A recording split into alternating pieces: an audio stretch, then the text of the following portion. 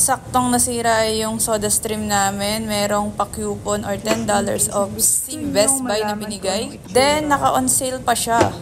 So, nasa $60. Usually nga, nasa $99 or $100 yan. So, madali lang siya. Yan yung tank and then insert nyo lang siya dyan. Any position. Ito yung mga plain water na natitikman nyo or naiinom nyo. Wala yung lasa. Plain water lang talaga siya. Yung mga seltzer water or yung bubbles or yung may spirit or yung tinatawag na sparkling water. So, hanggang dyan. May kasama na rin siyang bottle. Dishwasher safe din siya. So, hanggang dyan sa line na yan. Lagyan nyo siya or yung tap water kung wala kayong mga filtered water. So, yan. Insert nyo dyan. Tapos, push nyo lang doon. Then, push nyo yung sa taas up to 5 times.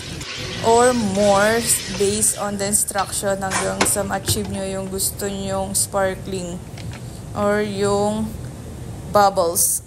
So, yun lang. Ngayon, tsura niya pag may kumakagat siya. Yan.